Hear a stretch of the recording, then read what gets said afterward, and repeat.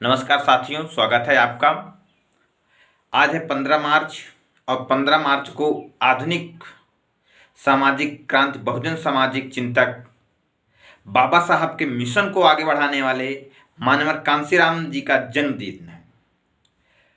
और कांसीराम साहब का जन्म 1934 में 15 मार्च को पंजाब के रूपनगर जिले में हुआ था और उनका जो परिनिर्वाण है 9 अक्टूबर को हुआ था। लेकिन आज उनका जन्मदिन है।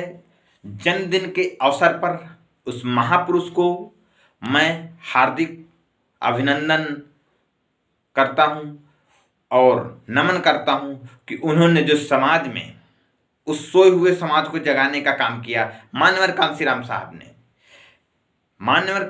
साहब ने बहुजन समाज को एकत्रित करने का काम किया। लेकिन आज उनके इस आंदोलन को किसी न किसी स्तर में बढ़ाया जा रहा है। उसी आंदोलन से निकले हुए कुछ दलाल टाइप के लोग भी समाज को प्रभावित करते हैं। लेकिन हम कांसीराम साहब के विचारों पर, उनकी सामाजिक समझ पर चर्चा करेंगे, क्योंकि आज उनका जन्मदिन है। मानवन कांसीराम साहब डीआरडीओ में पुणे में जाकर के जब नौकरी करते हैं, वहां पर सरकारी कर्मचारी के पद पर, तो वहां पर जो 14 अप्रैल होता है, बाबा साहब डॉक्टर भीमराव अंबेडकर की जयंती के अवसर पर वहाँ के जो कर्मचारी हैं दलित वर्ग के, वह लोग छुट्टी लेना चाहते हैं। छुट्टी न मिलने पर उनके साथ प्रताड़ना, उनका शोषण किया जाता है। उसको देख करके मानवर कांसीराम साहब एक वैचारिक जागृति पैदा होती है और उसी वक्त उन्होंने इनहिलेशन ऑफ कास्ट बाबा साहब की एक पुस्तक का अध्ययन करते हैं। उस अध्ययन के द्वारा उनकी जो मानसिक एवं सामाजिक जागृति होती है, उसके द्वारा ही जो इतना बड़ा आंदोलन तैयार करते हैं उत्तर भारत में आकर के, और उत्तर प्रदेश में बहुजन समाज पार्टी एक राजनीतिक प्रभुत्व स्थापित करती है। वह मानवन कांसीराम साहब की एक वैचारिकी एवं सामाजिक आंदोलन की बदौलत होता है। आज बहुजन समाज कितना पिछड़ रहा है, वर्तमान समय में 2022 में विधानसभा के चुनाव का परिणामों को देखा जा चुका है। आज का वह दौर वह पिछड़ापन नहीं है जो 90 और 80 के दशक में था। लेकिन मानवर कांसीराम साहब ने उस वक्त में समाज में इतना जागरूकता पैदा की थी, बहुजन समाज को एकजुट करने का काम किया था, जिसकी बदौलत इस देश में राज करने वाली राष्ट्रीय कांग्रेस पार्टी को पैदल करने का काम किया था। लेकिन आज उनके द्वारा इस जन जागृत किए हुए समाज को यह बताने की जरूरत कैसे पड़ती है कि आपका सामाजिक दोस्त कौन है, सामाजिक दुश्मन कौन है। आखिर इतना सब कुछ सामाजिक विकास होने के बावजूद भी इस कहीं ना कहीं सामाजिक नासमझ होने की वजह से ही जो सामाजिक न्याय न देने वाली राजनीतिक पार्टी है भारतीय जनता पार्टी, वह एक बार फिर प्रचंड बहुमत पर आ गई। यह एक अलग विषय हो सकता है, ईवीएम का मुद्दा, लेकिन जो सामाजिक समझ है लोगों की और सामाजिक समझ के अनुसार राजनीतिक प्रतिनिधित्व चुनने की बात होती है, तो यह हमारे बहुजन समाज के लोगों को सामाजिक न्याय की बात करने वाले मानवर कांसीराम साहब ने उस वक्त में ऐसे ऐसे नारे दिए थे जिससे सामाजिक सद्भावना और सामाजिक एकता पैदा हुई थी। उन्होंने नारा दिया था, जो बहुजनों की बात करेगा वही दिल्ली पर राज करेगा। लेकिन आज क्या कोई बहुजनों की बात करता है? ना ही कोई राजनीतिक पार्टी बहुजनों की बात करती है, ना ही बहुजन दिल्ली पर राज करता है। यहाँ तक कि बहुजन समाज सामाजिक न्याय पाने में असफल है। लेकिन आज फिर भी बहुजन समाज सामाजिक न्याय नहीं पा रहा, फिर भी ऐसे अपने प्रतिनिधित्वों का चुनाव कर रहा है। यह एक सोचने की बात है कि मानवन कांसीराम साहब ने जिस देश को, बाबा साहब की विचारधारा को सींचने का काम किया, जिस समाज के ऊपर उन्होंने मेहनत किया, आज वह समाज एक बार फिर पिछड़ने का काम कर रहा है। उन्होंने उस वक्त में, जिस वक्त में राम नाम की इस देश में राजनीति हुई थी, उस वक्त में उन्होंने समाजवादी पार्टी के प्रमुख माननीय मुलायम सिंह यादव जी से गठबंधन करके राजनीति की। और उस वक्त एक नारा आया, मिले मुलायम कांसीराम, हवा में उड़ गए जय श्री राम। ऐसे राजनीतिक नाराओं को दे करके उन्होंने अपनी राजनीतिक सामाजिक पकड़ मजबूत की, उसी समाज के दम पर जो आज समाज बिखरा हुआ है। आखिर ऐसा क्या हो रहा है इस समाज में कि मानसिक विकास होता है लोगों का, सामाजिक विकास होता है, लेकिन सामाजिक सोच नहीं पैदा हो पा रही इस बहुजन समाज में, ओबीसी एससी एसटी समाज में। उन्होंने जो संगठन बनाए, बामसेफ नाम का संगठन बनाया, वह पूरे देश में सामाजिक जनजागृति का काम किया और उसी की बदौलत बहुजन समाज पार्टी का निर्माण हुआ और बहुजन समाज पार्टी ने भी प्रचंड बहुमत हासिल करते हुए उत्तर प्रदेश में सरकार बनाने का काम किया। तो मान्यवर कांशीराम साहब ने एक चमचागिरी नाम की भी पुस्तक लिखी। आखिर वह चमचागिरी पुस्तक उन लोगों के नाम लिखी जो दलित वर्ग के नेता कांग्रेस और बीजेपी में होकर के अपना व्यक्तिगत स्वार्थ साधने का काम करते हैं, उन लोगों के ऊपर लिखी।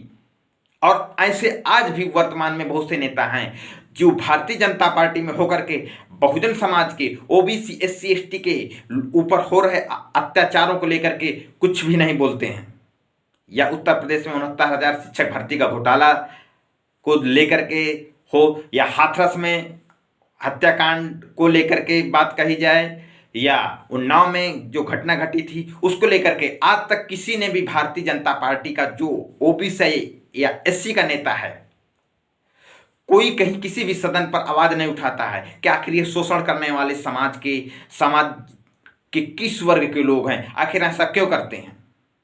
लेकिन मान्यवर कांशीराम साहब ने उस दौर में, जिस दौर में समाज इतना पिछड़ा था, कुर्सी में बैठने का अधिकार नहीं था, उस वक्त में समाज को इतना जागृत करने का काम किया, समाज को मजबूत करने का काम किया। लेकिन आज वही समाज मान्यवर कांशीराम साहब के विचारों से कितना अलग हो गया है, आज यह चर्चा करने का विषय बनता है।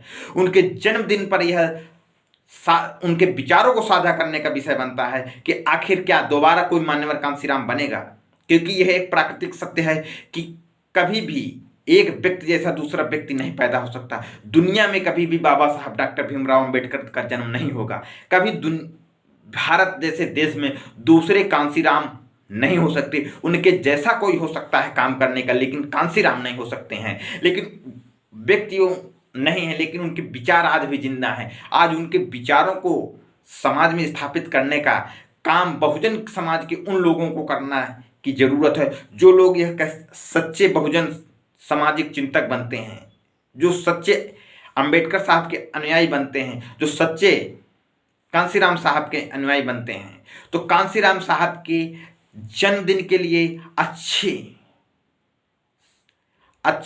श्रद्धांजलि या उनके शुभकामनाएं तभी हो सकती हैं जब उनके विचारों को इस समाज में स्थापित करके उनके विचारों का समाज बनाया जाए। उन्होंने उस वक्त में नारों से समाज में एकीकरण करने का काम किया था। उन्होंने कहा था वोट से लेंगे पीएम सीएम और आरक्षण से लेंगे एसपीडीएम। ऐसे ऐसे नारों से समाज को एकत्रित करने का काम किया था मान्यवर कांशीराम साहब ने। मान्यवर कांशीराम साहब की देन है कि आज ओबीसी एससी एसटी के लोग जो राजनीतिक समझ पैदा हुई है, जो वह सामाजिक जनजागृति की वजह से पैदा हुई है। लेकिन आज सामाजिक जनजागृति पैदा होने के बावजूद भी यदि हमारा समाज बिखरा हुआ है तो यह हमारे उन लोगों की गलती है जो कांशीराम साहब को जानते हैं लेकिन उनकी बातों को नहीं मानते हैं, उनकी विचारधारा को समाज में स्थापित करने का काम नहीं करते हैं। तो मैं अपने इस वीडियो के द्वारा, सोशल मीडिया के द्वारा जन्मदिन पर कांशीराम साहब की शुभकामनाएं देते हुए यह अपील करता हूं कि यदि हम किसी भी महापुरुष के किसी जन्म दिवस पर उनको याद करते हैं तो उनके प्रति सच्ची सहानुभूति तभी होगी जब उनकी विचारधारा को इस समाज के घर घर तक, गांव गांव तक हम उनकी विचारधारा को पहुंचाने का काम करें। और मैं सब एक अपील यह भी करना चाहूँगा कि कांशीराम साहब किसी एक विशेष जाति के व्यक्ति नहीं थे, क्योंकि जब कोई महापुरुष होता है और सामाजिक कार्यकर्ता होता है तो वह किसी एक विशेष जाति का नहीं होता है, वो सभी समाज का होता है। खास करके भारत के बहुजन समाज के लोगों की जो 6,743 जातियों में बटी हुई जातियां हैं, उनको यह बात समझने की जरूरत है कि कांशीराम साहब एक राजनीतिक बहुजन समाज पार्टी के संस्थापक भले ही थे, लेकिन वह एक सामाजिक चिंतक थे और वह भारत के बहुजन समाज के चिंतक थे। मतलब ओबीसी एससी एसटी माइनॉरिटी के शुभ चिंतक थे, उनके विचारों को गांव-गांव, गली-गली तक पहुंचाने की जरूरत है कि मानवंत कांशीराम साहब ने किस प्रकार से एक पेन को उठाते हुए बताते थे कि जो 1585 का जो इस देश में फार्मूला आया था वो मानवंत कांशीराम साहब के द्वारा आया, और वह सदैव एक पेन को उठाते हुए दिखाया गया है उनका कि एक पेन में जो उसकी कैप होती है वो ऊपर लगी होती है और पेन का एक सिरा नीचे होता है। तो जो महत्वपूर्ण सिरा होता है पेन का एक महत्वपूर्ण सिरा जो होता है, इससे पेन को लिखा जाता है, और इसके ऊपर जो कैप लगाई जाती है वह इसको ढकने का काम करता है। लेकिन उन्होंने यह समझाने की कोशिश की कि पेन के ऊपर का जो हिस्सा है वह महत्वपूर्ण नहीं है, लेकिन पेन को कवर किए हुए है। यानी जो 15% के लोग हैं और यह 85% के लोग हैं, तो इस देश की सबसे जो अहम जातियां हैं 85% के लोग हैं, लेकिन यह 85% के लोग 15% के अंदर दबे हुए हैं। यह उन्होंने एक फार्मूला समझाने की कोशिश की थी। तो उनके इस फार्मूले को सामाजिक व्यवस्था में समझने की जरूरत है कि 85% के लोग उन 15% के लोगों के अंदर दबे हुए हैं और उन 15% का शोषण का शिकार हो रहे हैं। उन्होंने अपने सामाजिक जागृति में यही बात बताने की कोशिश की कि किस प्रकार से हमको सामाजिक नेतृत्व प्राप्त करने की जरूरत है। उन 15% के अंदर दब करके रहने की जरूरत नहीं है, हमको खुद नेतृत्व तैयार करने की जरूरत है और खुद राजनीतिक सत्ता को हथियाने की जरूरत है। तो मैं उनके जन्मदिन पर शुभकामनाएं देते हुए अपील करूंगा कि बाबा साहब भीमराव अंबेडकर के सपनों का भारत बनाने के लिए जो आंदोलन मान्यवर कांशीराम साहब ने चलाया था, तो मान्यवर कांशीराम साहब के इस सपने को, इस आंदोलन को निरंतर बढ़ाए रखते हैं। जय भारत, जय संविधान, जय विज्ञान।